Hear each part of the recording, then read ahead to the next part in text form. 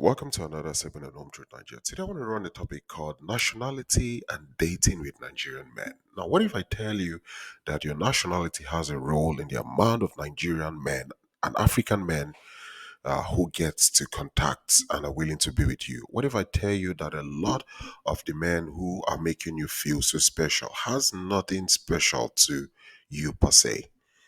A lot of them are just talking to you because you come from a certain country. What if I tell you that the colder your country, the more likely is it for an African or a Nigerian man or you to be victim of a scammer? What if I tell you that a lot of these men who are talking to you online are talking to you because of your passports or your nationality? Now, a lot of you may ask, you know, so what do we think like about nationality? What do Nigerian men think about nationality? What are the perception of Nigerian men about the nationality? The same way a lot of you have perceptions about Africans, the same way a lot of you have the stereotype about Africans, about Nigeria, it's the same way we have about you based on the nationality you are coming from. And there is a preference as regards what nationality is best, to speak to when you are basically looking for a lady, to go on a relationship with. Basically, online relationship. So today I want to talk about these nationalities briefly, group them into rankings, and maybe you understand what I'm talking about. Now, the group A is Canada. Canada is the number one destination for most Nigerians. When you speak to a Nigerian who has a plan of traveling, ask him what country he would love to go. More than half of them will tell you they want to go to Canada, the land of maple syrup. You know, a lot of people have this belief that everyone who is living in Canada is rich. Of course, it's a rich country with a stable economy. A lot believe that when they go to Canada, they get, this stability in life. So when they go on the dating site, once they see any lady who is Canadian, boom, she becomes the first choice of interest because Canada is seen as the number one destination for a lot of people in Africa. Another country in the group A is the United States. This is the mecca of romance scam. For whatever reason, women in the United States get scammed more than any other women from any nationality. You know, a lot of these women meet young, black, African, good looking men online. And a lot of these men also come online, to target Americans because you have a lot of single women in the United States who are, on the dating site. Maybe they are no longer in their marriage, and these women are predisposed, to scamming. So they meet all of these women, and this is basically the truth. So if you are from any of these countries, congratulations, because you will meet a lot of chocolate African men. Those writing you, with their real identity, and those who are writing you with fake identity, because both of these countries are the first choice in terms of migration for these guys who you are communicating with online. So they are not just talking to you because there's something special about you. It's more or less because of your nationality and the passport you hold in. Now, we talk about Group B. Group B comprises of, the UK, Republic of Ireland, and Australia, in parentheses, very far. Now, a lot of people come to these countries in Group B when they can't get Group A. So, for instance, it is not easy to obtain an American visa and a Canadian visa. The stress, the procedure takes so long. The document they request from you and all of that. Then the next is, you know, they go for the ladies from the UK or Republic of Ireland. They say a bed at hand is worth more than a thousand in the bush. So if you're chatting with a guy who you happen to be a lady from the United Kingdom or from Ireland or maybe Australia, and you're chatting to any of these guys, and then you ask them, "What is your dream country?" Don't be surprised you hear America or United States or Canada. So these countries are basically the option B.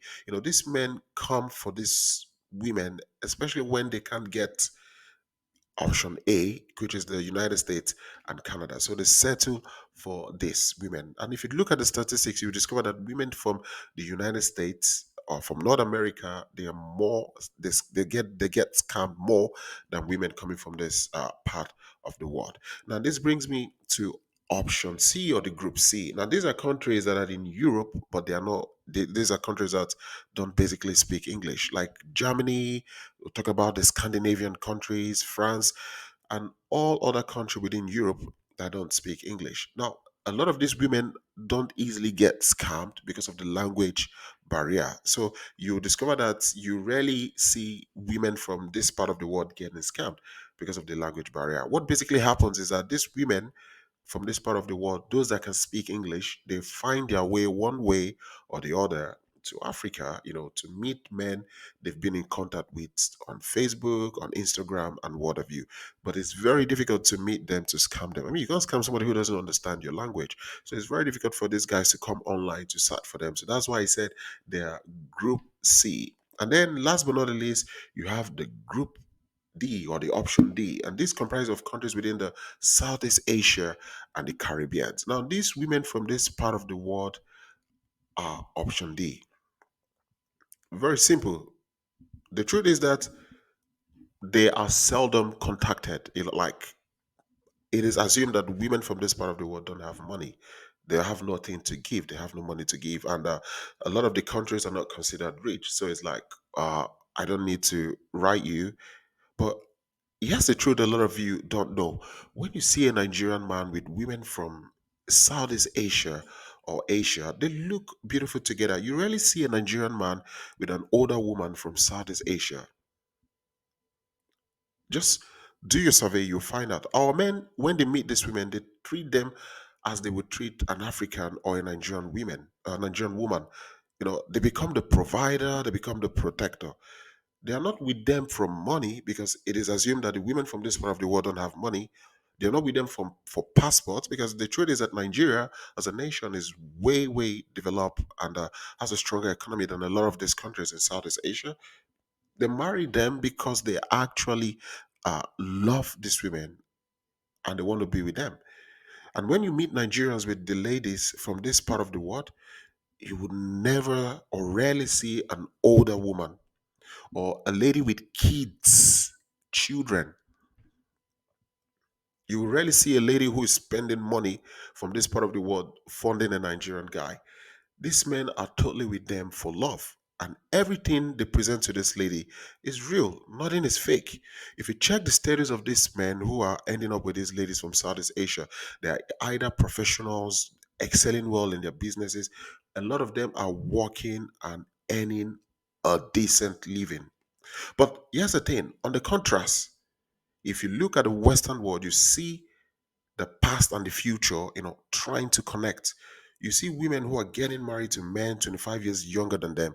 You see these women who look like they're something from the Walking Dead, look like they wouldn't survive, their wedding night.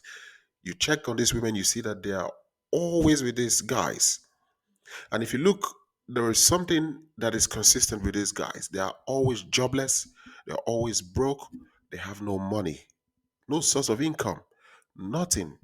The pocket of this dude is dark, completely nothing on them.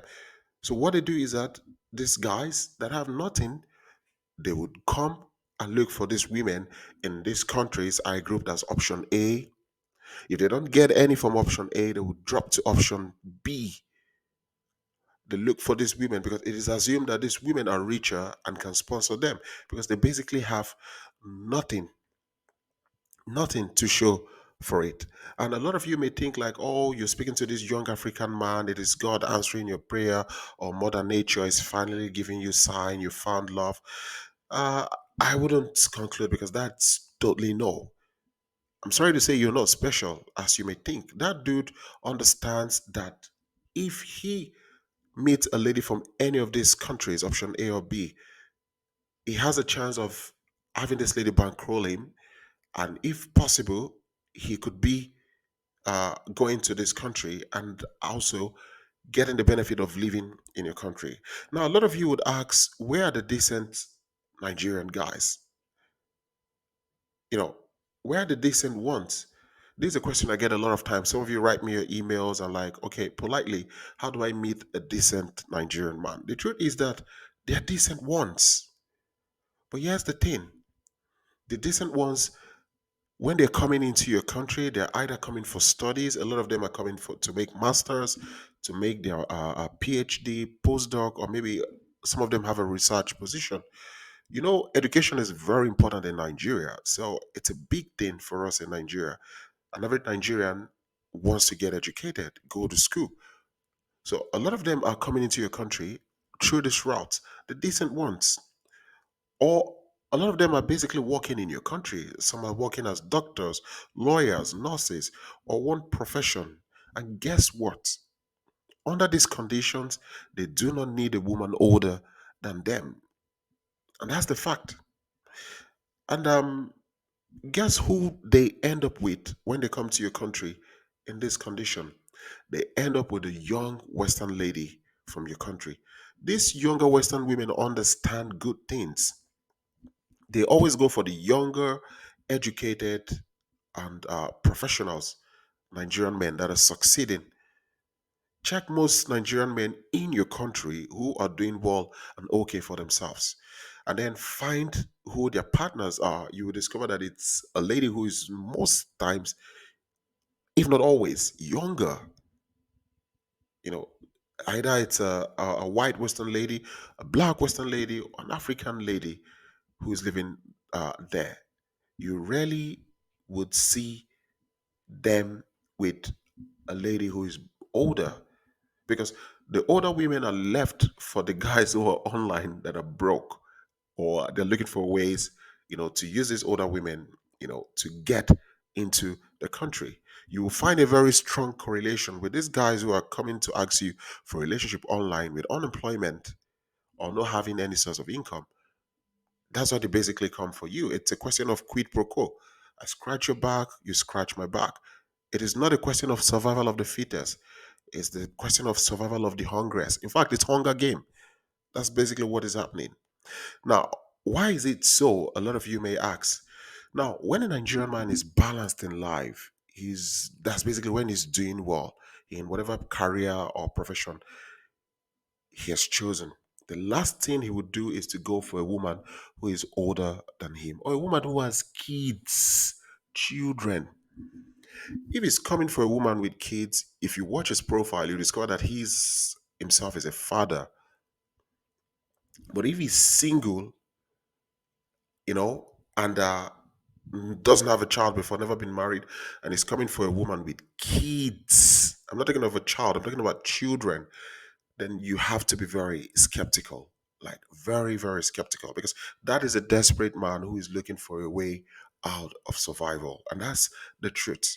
And that's why you see our men, even when they are married to women who are older, the moment they get their stability, they revert back to factory setting. And the factory setting is they go back to get younger woman. I watched a Nigerian man, 52 years, after divorcing his wife of 40 something years in the UK. He came back to Nigeria to get married to a lady of 26 years. 26 years. And I was laughing. So don't feel like you're special because you're talking to one young man from Nigeria and you're attracted to him. The major reason a lot of these guys are talking to you is because of what they get from you. They prioritize you first with your nationality. The colder your country, the more likely you will bankroll them. They prioritize you with the economic growth of your country, and then they use that to know how to speak with you, how they can get money to you, and then how they can force you to come to Nigeria and then get married to them so they can come to your country and start a life. Now, I'm not making this video to make anyone feel disappointed or sad. Rather, I'm making this video because a lot of you contact me and you tell me that you get a lot of Nigerian men contacting you, and it's important, for me to let you know that they're not contacting you because you are Uncle Ben's or you're the grandchild of Kentucky Fried Chicken. They're contacting you because of where you're coming from, your nationality. They're contacting you because they know that if you come from this part of the world, there is a very strong correlation that you have some money. And there's a strong correlation that they could bully you and deceive you to bring them to so you could bring them to your country. Go ask the woman your age in Thailand. Go ask the woman your age in Vietnam if she is contacted by these men online. The answer is no, because they don't rank these women from this part of the world as being rich. They don't rank them as having money. So they have no business with them. So they're focused on these countries that fall within this group. And it leads and exposes you to scammers. So when they come in their numbers, they're contacting you. You're not special. They're sharing your data. This person tries his luck. He gives this other person the contact. Tries his luck. He gives this other person the contact. They keep passing it until somebody eventually becomes successful. So with these guys, I would like to say a very big thank you. Thank you for those of you listening to this video. Uh, Please like, share, subscribe. Hope Truth Niger. Peace out.